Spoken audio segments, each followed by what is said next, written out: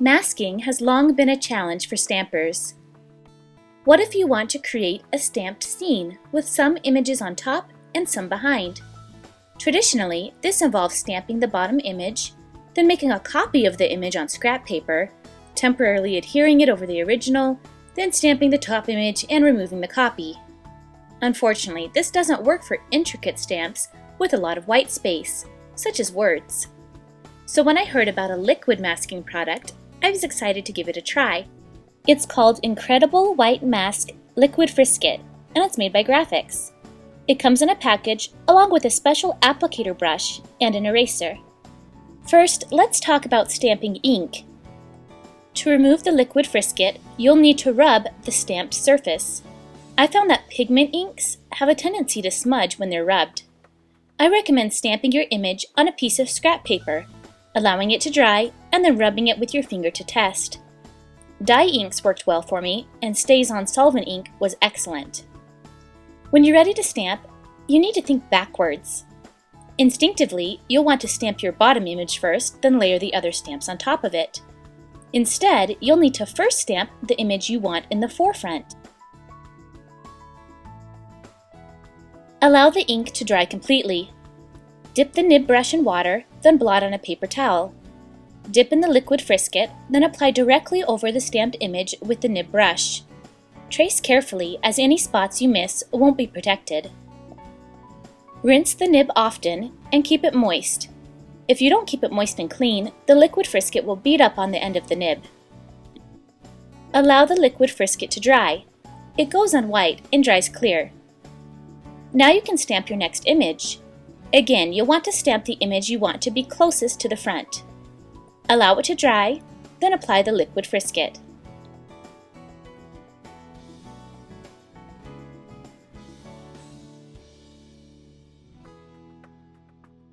Finally, I'm going to stamp the background, or the image I want below all the others. Remember to avoid stamping over the masked areas until the liquid frisket is dry.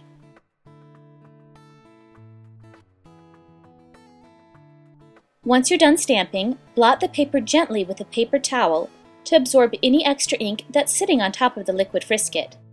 Now we can remove the liquid frisket mask. An eraser was included in the package to help remove it, but since I'm working on such a small area, I really prefer removing it with a fingertip. Gently rub over the stamped area and the liquid frisket will peel from the paper.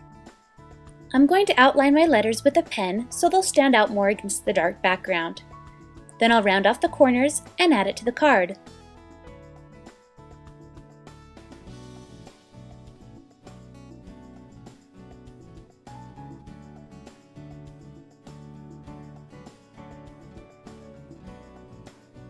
A couple of buttons and some baker's twine will finish this card.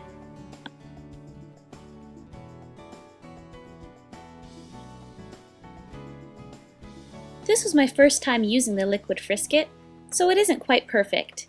But overall, I think this stamping technique looks pretty awesome. I'm going to give this masking technique another try. This time, I'm going to stamp my image and fill it in with watercolor paint. I learned the hard way that when you use watercolors, you need to be certain that your image is absolutely, completely dry before adding the liquid frisket. If you don't, the liquid frisket might lift off some of the paper when you remove it.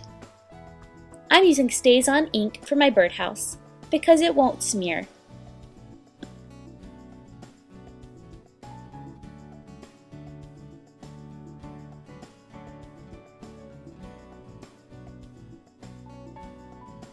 While I wait for my watercolor to dry, I can start stamping my background, avoiding the watercolored birdhouse.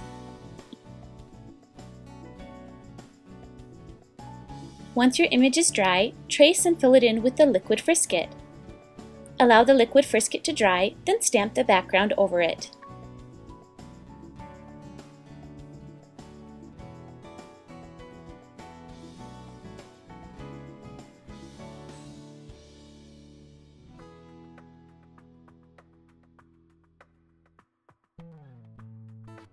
Blot with a paper towel, then remove the mask.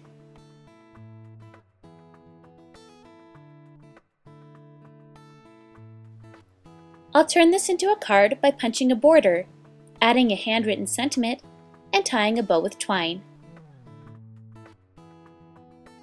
I still need a little practice to perfect my technique, but I think Incredible White Mask Liquid Frisket opens up a lot of exciting possibilities for stampers. For more information about this product, visit grafixarts.com. For hundreds more crafting tutorials, visit my website, madebymarzipan.com.